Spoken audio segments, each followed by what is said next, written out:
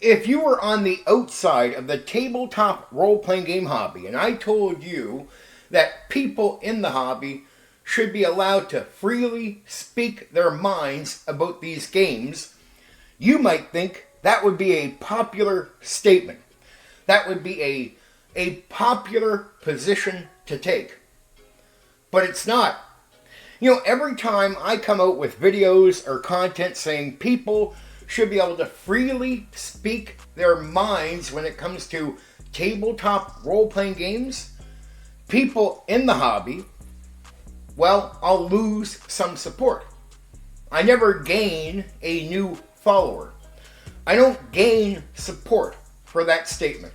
I always lose support for making that statement.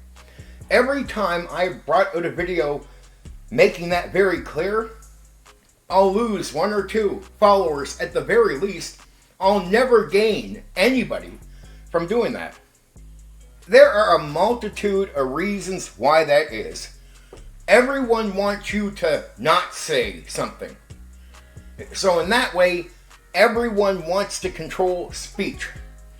In some ways, it can be direct. In other ways, it's indirect, like labeling what you say so it can be degraded, you can be degraded, and that pressure could be put on you to make you not want to speak your mind. The whole point of the label is to get you to censor yourself. Oh, you have that critical opinion about 5e D&D? How dare you speak? Oh, you have a critical opinion about the history of Dungeons and Dragons and AD&D First Edition? How dare you speak? Your opinions better line up with the majority of people that care about that game. So if they all love it, you better not be critical of it. Or if you are critical, you have to walk on eggshells. The more forward you are, the more direct you are with your criticism, the more people want you to shut up. Oh, and people don't even want to hear your critical statements on the product. It's frowned upon for you to be a critic of what other people like in the hobby. Oh, you're a critic of 5e? You are a bad person. And you go to any part of the hobby, go to the old school. Hey, you're a critic of first edition AD&D? No, you're not supported. You shouldn't have the right to speak. It's frowned upon, and you will be labeled. And you'll be told that you're a bad person for having basic criticism. You'll be told that making content like that is a waste of time. You'll be told anything that needs to be said to get you to not say what you think. It's not like they can come out and just outright control you. So how they try to control you is all through manipulation. The attempt to control what people say is very extreme at every part of the tabletop role-playing game hobby, especially online where a lot of the conversations are happening. Everybody wants to control everyone else, wants to control what they say, how they say it. Only say what they tell you to say. Don't do that critical content. Don't do this. Here's all the reasons why you shouldn't say the things that piss us off. But guess what? You have the right to say all the things that piss them off. And you're not bad for doing so. And there's nothing wrong with that content, no matter how they label it. But this is their attempt to control the dialogue. And when you call them out because so many people in the hobby do it, and so many people play along with it, and that's the majority, they get mad at you. Like, you would think that making the statement that you should be able to be free to speak your mind about tabletop role-playing games, you would just assume that is a given. But it is not whatsoever.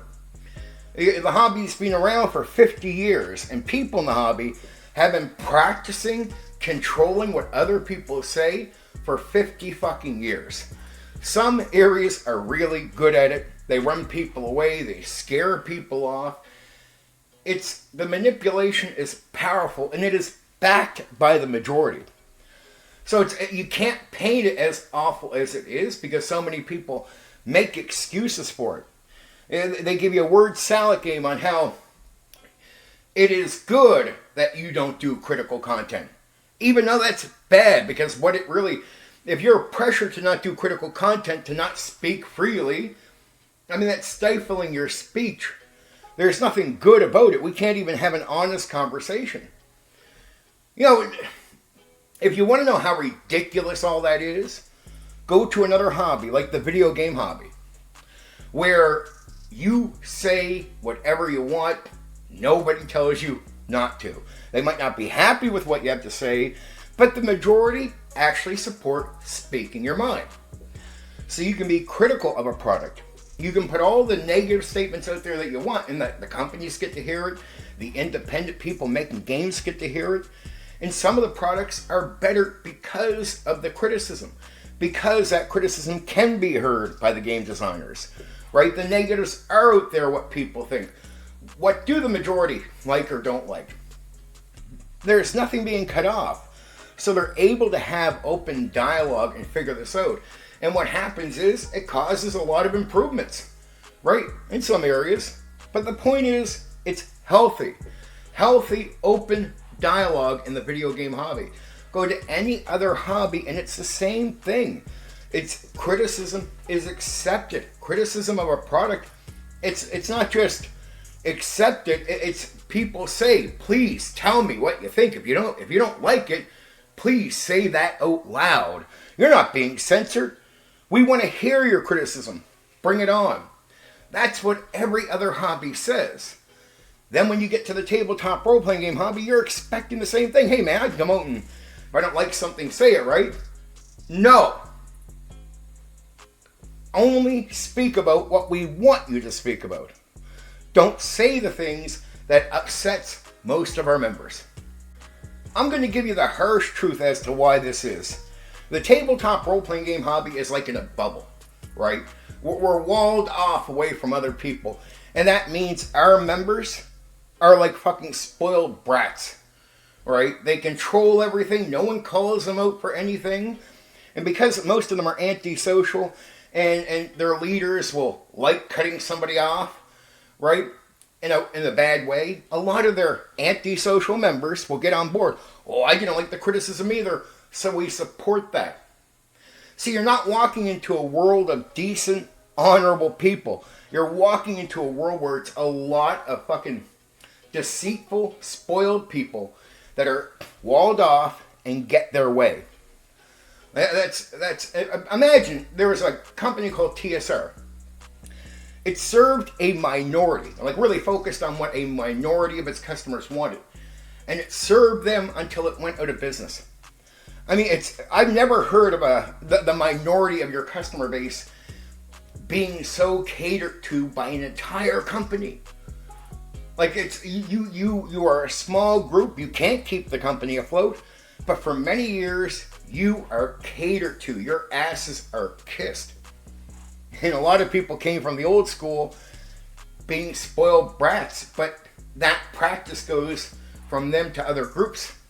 In the new school, the old school, people are walled off, they get their way. WotC served that customer.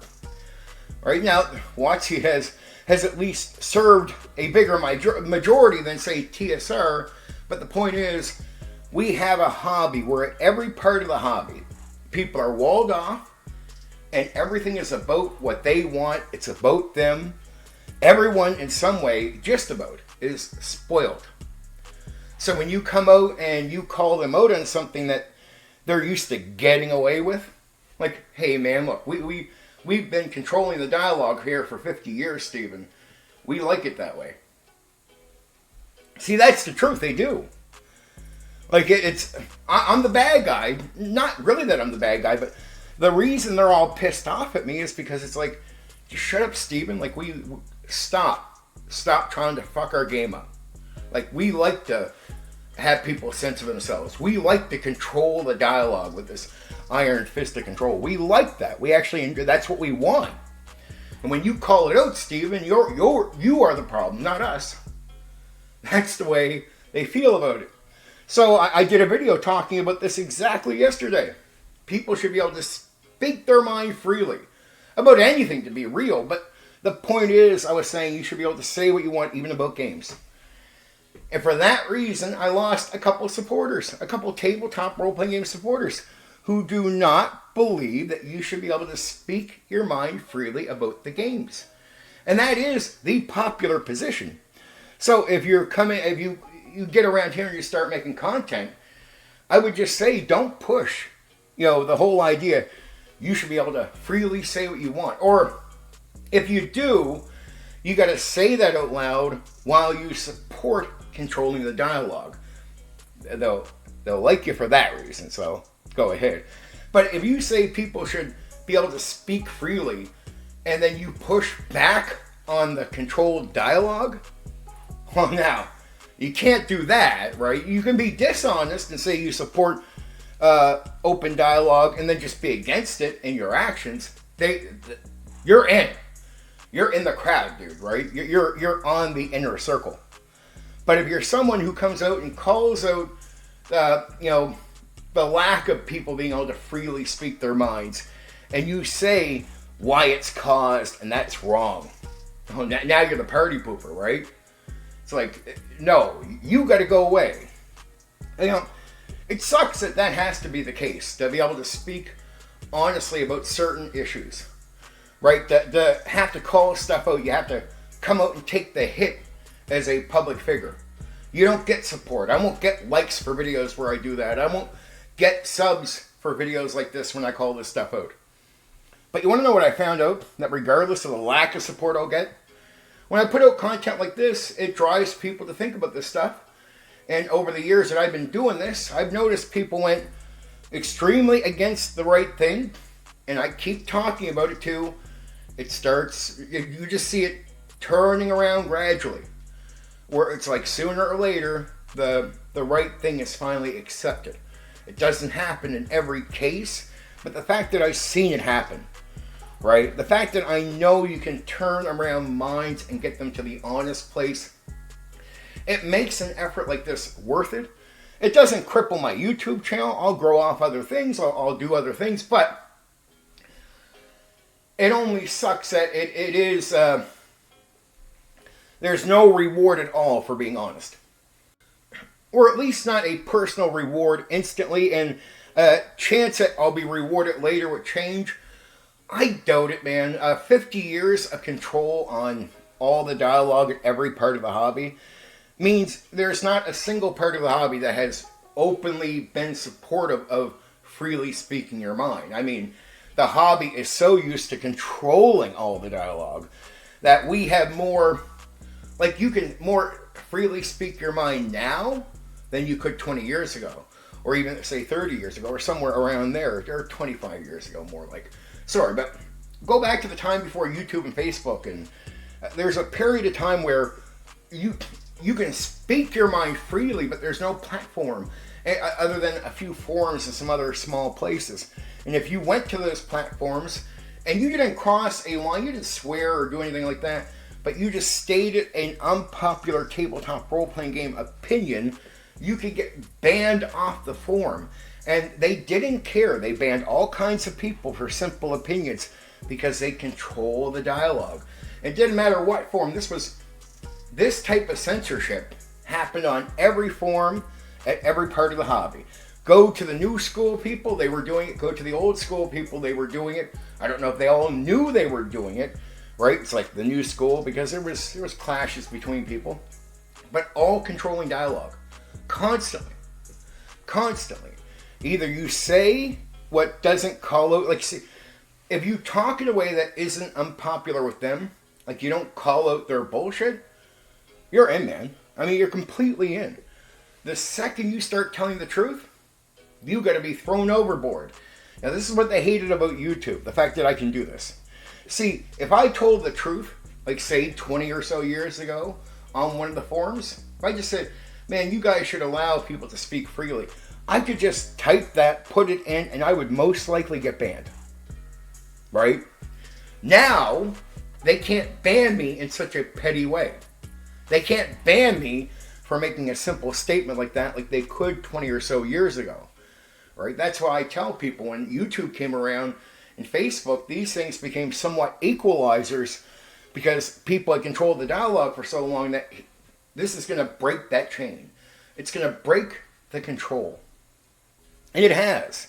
It's sad that such a tiny hobby requires this level of drama about speaking your fucking mind.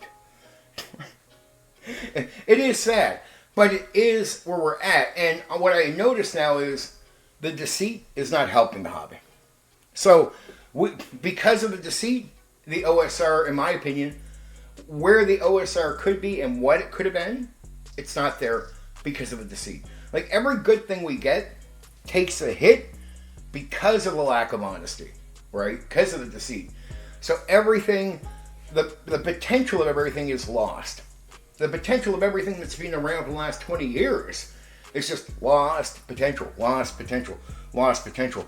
And when you really look at the reason we're not living up to the potential of this, or this thing isn't getting where you want it to, it all has to do with just simply a lack of honesty, a lack of real, honest, open dialogue. Like just to know what the truth is, what reality is. When you don't play in reality, you'll get hurt, you'll get burnt. And that's what happens in the tabletop role-playing game hobby. The reason things keep failing or not getting where they could, the reason people keep getting burnt, is they're living in a fucking delusion that's built off ignoring reality. It's built off ignoring the truth. Alright? Just saying, okay. I love you for now. Take care.